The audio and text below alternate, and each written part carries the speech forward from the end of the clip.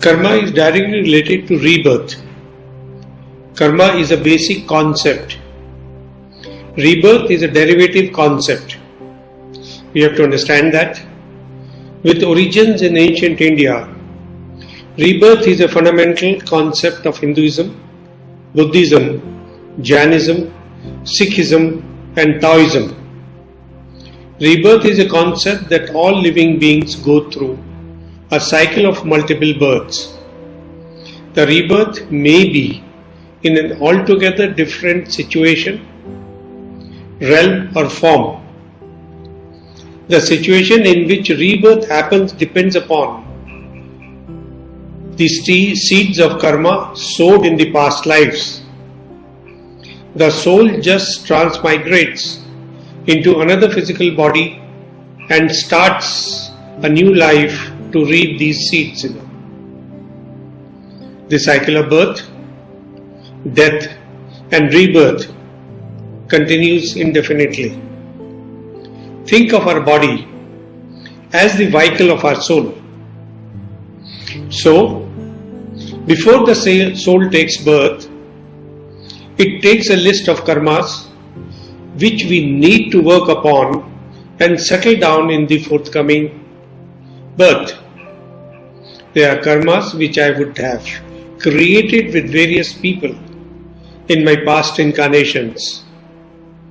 The point to be noted here is that we have created so many karmas over so many incarnations that so many people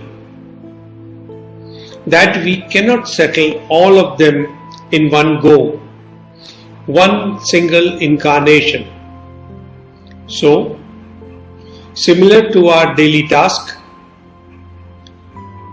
in which we list the task we would work upon on a single day, we prepare a karma plan wherein we enlist the karmas we would settle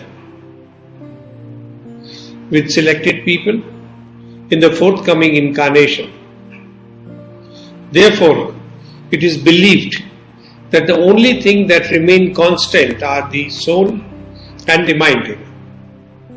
The soul keeps getting incarnated in new physical bodies, torturing one physical body after another, generating a more karma and passing there burnt in the future births. Lifetimes, incarnations.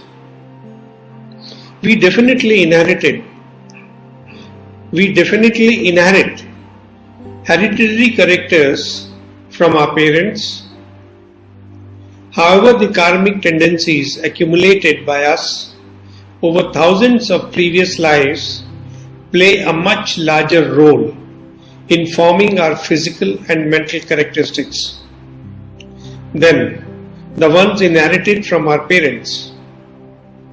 Karma is thought of a kind of pollution that taints the soul with various colors.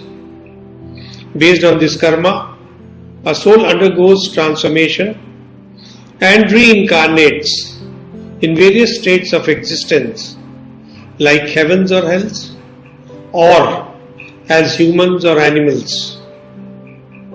So, it troubles body as it needs to fulfill its needs. The karmic cycle in many cases is taking me in past instead of future progress. This can continue in an endless loop.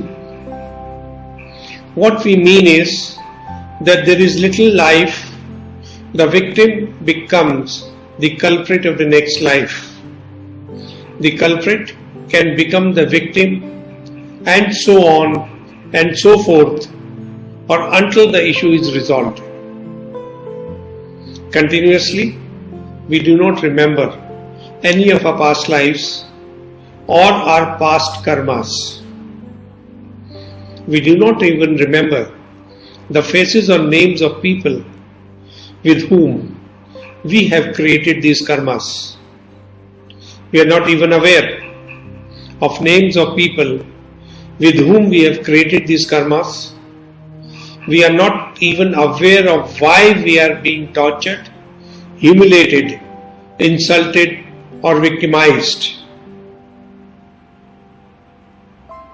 The answers the common question we ask ourselves: what is the purpose of my life?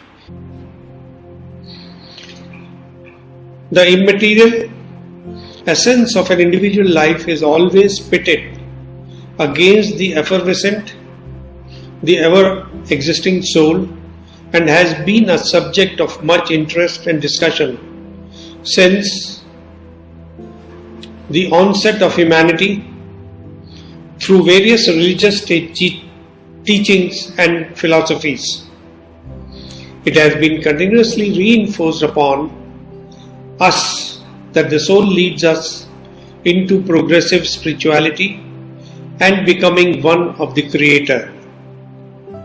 Our belief system has imbibed in us that the words life and soul may be used interchangeably, purely because of the reason that life exists as long as soul stays within the body.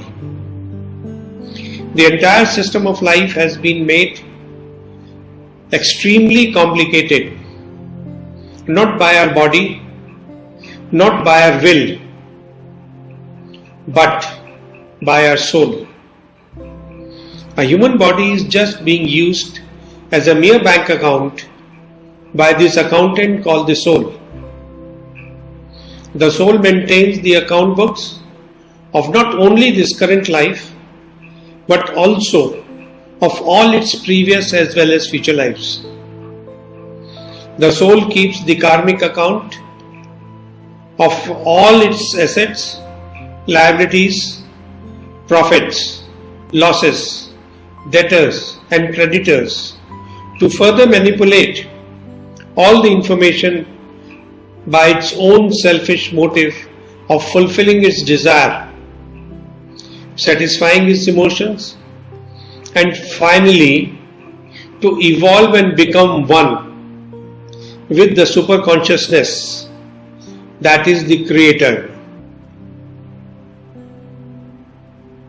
In this process, it grossly exploits and tarnishes the body with all its constituent bones, muscles, tissues, hormones, organs, nerves, and each and every cell. Sadly, as soon as the soul's plan are accomplished and desires fulfilled through our body, it leaves the body lifeless. Just like a useless piece of machinery or a dead wood closes the account, further moving on to start a new journey, thereby assuming another physical body to fulfill its next set of objectives. It is necessary to expose the self-serving intentions of the soul and how we as a body gets intertwined in this karmic wheel created by the soul. I would like to undertake a phenomenal eye-opening journey for my audience through the example of my actual cases and enrich them with an understanding of the tightly knit yet twisted relationship between the body, mind and soul. Furthermore, we would understand how we as humans have progressed through the scientific and technological advancements to safeguard our bodies and finally move in the right direction to put an end to this exploitation by the hands of the soul. I have gained this insight through my clinical hypnotherapy practice of over 10 years, wherein I have helped many of my clients heal from the atrocities they were facing in their life. A clinical hypnotherapist and past life regression therapist, I felt this deep desire to share all this knowledge and create awareness in our society. Thank you.